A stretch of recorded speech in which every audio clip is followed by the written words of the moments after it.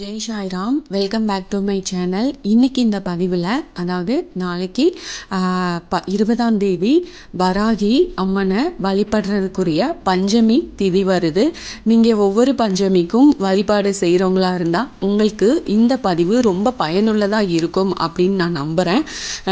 இதில் எந்தெந்த கிழமையில் எப்படியெல்லாம் நம்ம வராகி அம்மனை வழிபாடு செய்யலாம், அந்த கிழமைக்கான பலன் என்ன அப்படிங்கிறதையும் இந்த பதிவில் நான் உங்களுக்கு ஷேர் பண்ணுறேன்.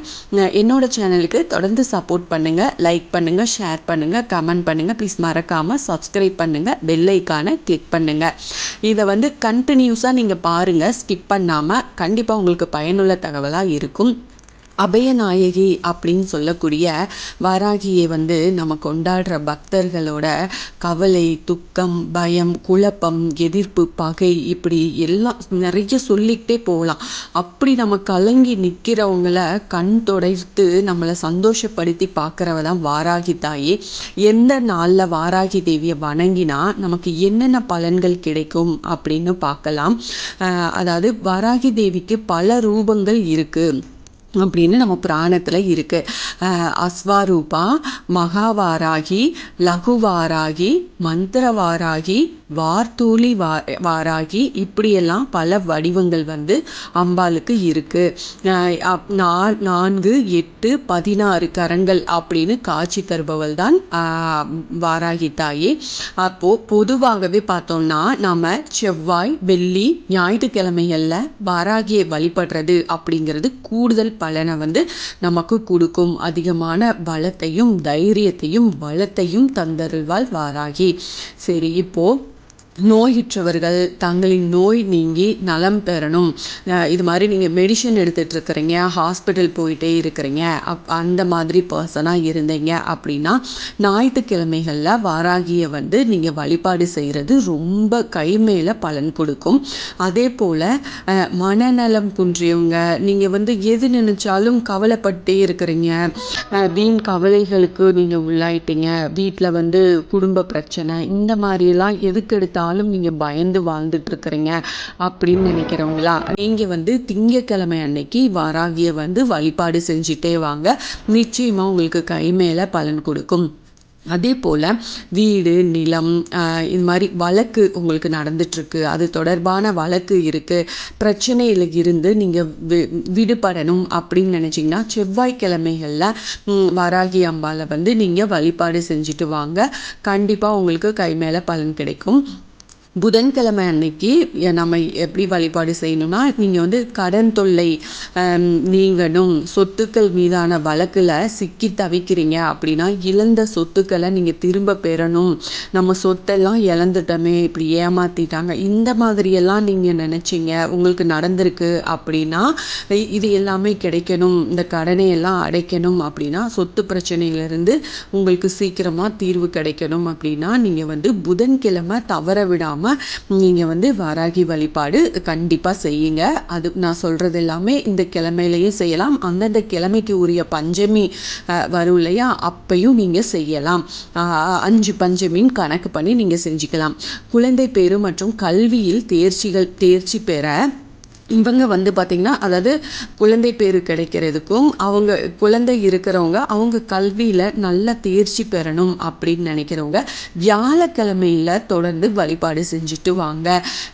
அதே போல் வெள்ளிக்கிழமை அன்னைக்கு வராகியை வழிபட்டோம் அப்படின்னா நமக்கு மாங்கல்ய பலம் பெருகும். கணவரின் நீண்ட ஆயுள் குடும்பத்தில் ஒற்றுமை மேலோங்கும். இவ்வளவு. அதே போல் வியாபார விருத்தி அடையும். இவ்வளவு நன்மைகள் இருக்குது.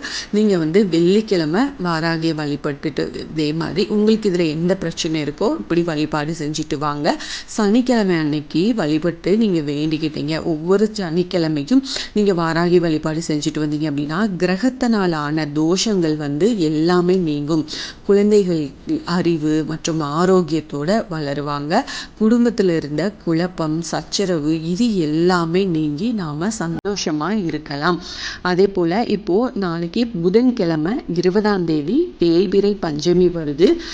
இதில் நீங்கள் என்ன பண்ணுறீங்க அப்படின்னா, வாராகி அம்பாள் படம் வைத்திருந்தால் படத்துக்கு நீங்கள் அரளிப்பூ மாலை சாத்தி அதே போல் தேங்காய் தீபம் ஏற்றுங்க. தேங்காய் தீபம் ஏற்ற முடியாதவங்க அகல் தீபம் வச்சே ஏற்றுங்க. சிலை வழிபாடு செய்கிறவங்களா இருந்தால் அபிஷேகம் செஞ்சுக்கோங்க. நாளைக்கு முழுக்க நைட்டு 10 மணி வரைக்கும் உங்களுக்கு பஞ்சமி திதி இருக்குது. அதனால உங்களுக்கு காலையில் ஒன்று பிரம்ம முகூர்த்தத்தில் செய்யுங்க, இல்லைன்னா சாயந்தரம் 8 மணிக்கு மேலே செய்யுங்க. அது உங்களுக்கு கை மேலே பலன் கொடுக்கும். நிச்சயம் உங்களுக்கு எப்போ டைம் இருக்கோ அது செய்யுங்க. ஆனால் இந்த டைமில் செய்கிறது அதுக்கு தனி சிறப்புன்னே நம்ம சொல்லலாம். நீங்கள் வாராகிய மனசார நினச்சி விளக்கேற்றி வச்சு வழிபாடு செய்யுங்க. இந்த கடன் தொல்லையிலிருந்து நீங்கள் முற்றிலும் நீங்கணும். எப்படியாவது அவங்களுக்கு கடன் கொடுக்க வேண்டியவங்களுக்கு பணம் நம்ம கொடுத்துடணும் அப்படின்னு சொல்லி அம்பாள் கிட்ட நீங்கள் மனசார வேண்டிக்கோங்க. அப்படி வேண்டிங்க அப்படின்னா நிச்சயமாக நடக்கும். ஏன்னா புதன்கிழமை உங்களுக்கு இப்போ ஒவ்வொரு கிழமைக்கும் ஒவ்வொரு கிரகத்தோட காரகத்துவம் இருக்குது. 12 ராசிகளில் 6வது ராசியான கன்னி ராசியின் அதிபதியாக தான் புதன் இருக்கிறாரு. அதனால காலபுருஷ தத்துவ அடிப்படையில் 6ஆம் வீடு அப்படிங்கிறது நமக்கு கடன், பகை, வம்பு, வழக்கு, நோய் இது எல்லாத்தையுமே குறிக்கும்.